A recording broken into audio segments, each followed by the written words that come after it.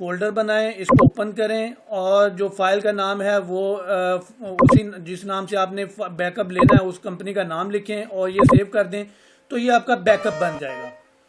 ٹھیک ہے جی. اب یہ ہے کہ جب فار ایگزامپل آپ کی ونڈو کرپٹ ہو گئی ہے، ونڈو فارمیٹ ہو گئی ہے، سی فارمیٹ ہو گئی ہے، دوبارہ پی ایچ ڈی انسٹال کیا ہے، تو اب آپ فار ایگزامپل آپ نے دوبارہ اوپن کرنا ہے. آپ جیسے پی ایچ ڈی انسٹال کریں گے، کیونکہ کمپنی آپ کی ہوگی نہیں، تو آپ پی ایچ ڈی کو اوپن کریں.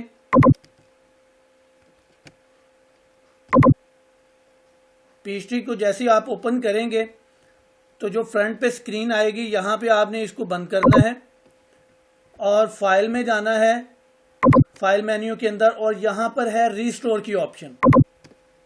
ریسٹور میں جائیں گے اور یہاں سے براؤز کر کے بتائیں گے کہ وہ جو آپ نے بیک اپ لیا ہوا ہے وہ کس ڈرائیو کے کس فولڈر میں لیا ہے. آپ یہاں پہ جہاں پہ آپ نے لیا ہوا ہے وہاں پہ جائیں اور یہ اے بی سی کا فولڈر ہم نے بنایا تھا، اور یہ جو بیک اپ پڑا ہوا ہے اس بیک اپ کو اوپن کریں گے تو آپ کا بیک اپ ہے وہ کال ہو جائے گا. یہاں پہ نیکسٹ کریں گے اور یہاں پہ وہ پوچھ رہا ہے an existing company. Existing company میں ہی آپ نے اوپن کرنا ہے کہ اس کو as a new company open کرنا ہے. تو ہم یہاں پر این ایگزسٹنگ کمپنی پہ کر لیں یا نیو کمپنی کے طور پہ اوپن کر لیں، یا آپ کی اپنی چوائس ہے. ایگزسٹنگ کمپنی پہ کریں گے تو یہاں پر وہ آپ کو بتانا پڑے گا کہ براؤز کر کے کہ کہاں پہ آپ کا وہ پڑا ہوا ہے، لیکن یہاں پہ آپ کے پاس تو کمپنی ہوگی نہیں، تو آپ اس کو ایز اے نیو کے طور پہ اوپن کریں گے.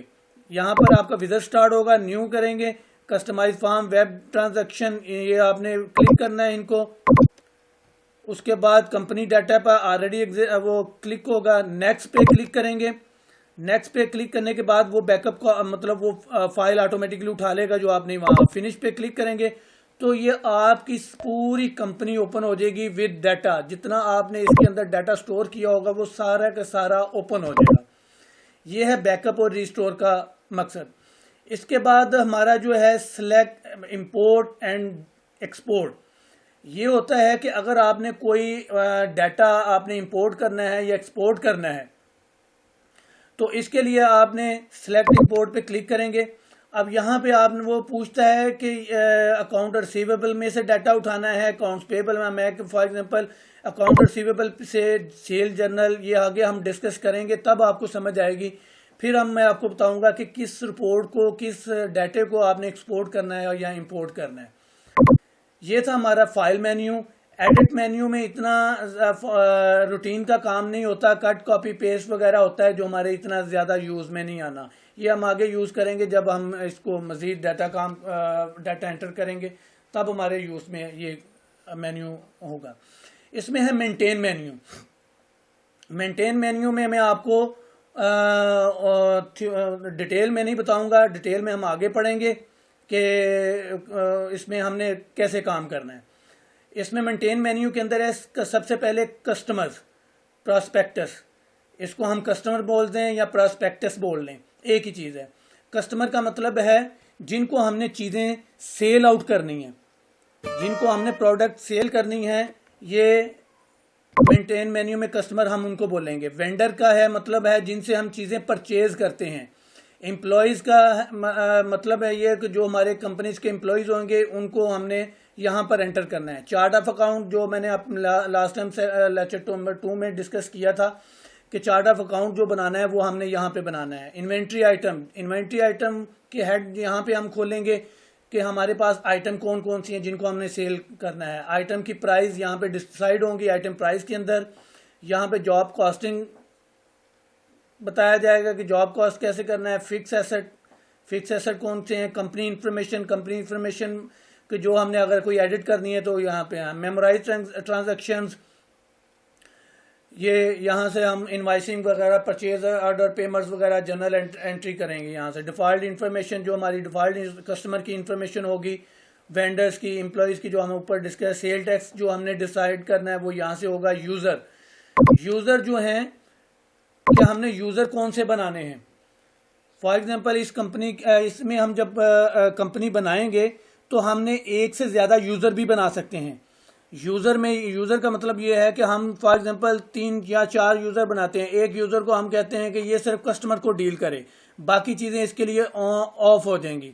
دوسرا یوزر بناتے ہیں، اس میں ہم کہتے ہیں یہ آئٹم یا انوینٹری کو ڈیل کرے گا، سیل کو یا پرچیز کو ڈیل نہیں کرے گا۔ تیسرا ہم اس میں بنائیں گے کہ پرچیز وہ ڈیل کرے اور سیلز اور باقی پے رول انوینٹری وغیرہ اس کے لیے ہڈن ہو جائیں گی۔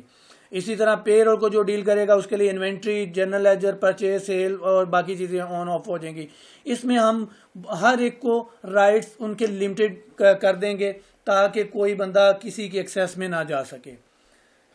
اس کے بعد ہمارا نیکسٹ مینیو ہے ٹاسک مینیو۔ ٹاسک مینیو میں ہم نے سیلز وغیرہ جو بنانی ہے، سیلز آرڈر بنائیں گے، انوائسنگ بنائیں گے، شپمنٹس ہیں، ریسیپٹس ہیں، جو پیسے آئیں گے ہمارے کسٹمر سے وہ، فینانس چارجز ہیں، ڈپازٹ ہے، کریڈٹ میموز ہیں، اور اس کے علاوہ پرچیز آرڈر ہیں، پرچیز آرڈر بناتے ہیں، پرچیز ریسیو انوینٹری ہے۔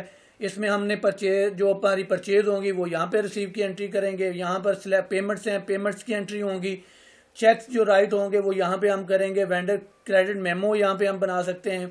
اس کے علاوہ ٹائم ایکسپینس وغیرہ، ٹائم وغیرہ کی وہ ایکسپینس ٹکٹس وغیرہ بنا سکتے ہیں، پے رولز یہاں پہ انٹری ہوں گی، جرنل انٹریز ہوں گی، انوینٹری ایڈجسٹمنٹ ہوں گی، اسمبلیز ہوں گی، اکاؤنٹ ریکانسیلیشن ہوگی، وائٹ چیکس ہے، ایکشن آئٹمز ہیں، سسٹم کے بارے میں مطلب جو ہم ایئر اینڈ وزٹ وغیرہ ہے وہ ہم ڈیسائیڈ کریں گے۔ تو یہ ہم سارا آگے ڈسکس کریں گے جو ہمارے آگے لیکچرز آئیں گے۔ اس کے علاوہ انالیسز مینیو ہے، کیش مینیجر ہے، کلیکشن مینیجر ہے، پیمنٹ مینیجر ہے، فائنینشیل مینیجر ہے۔ اس کے علاوہ رپورٹس مینیو ہے۔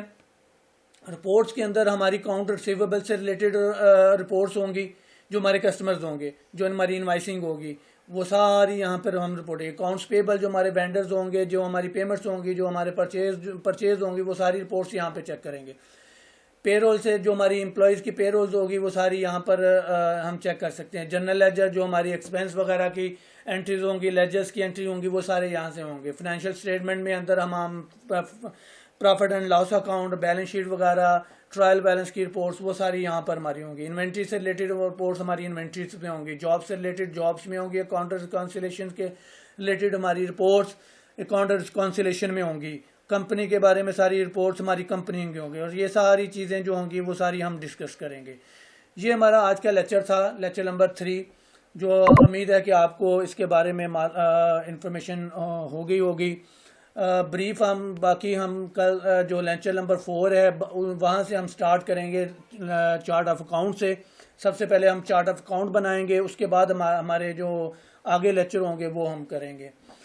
اب ہم ملیں گے لیکچر نمبر 4 میں۔ مجھے اجازت دیں، خدا حافظ۔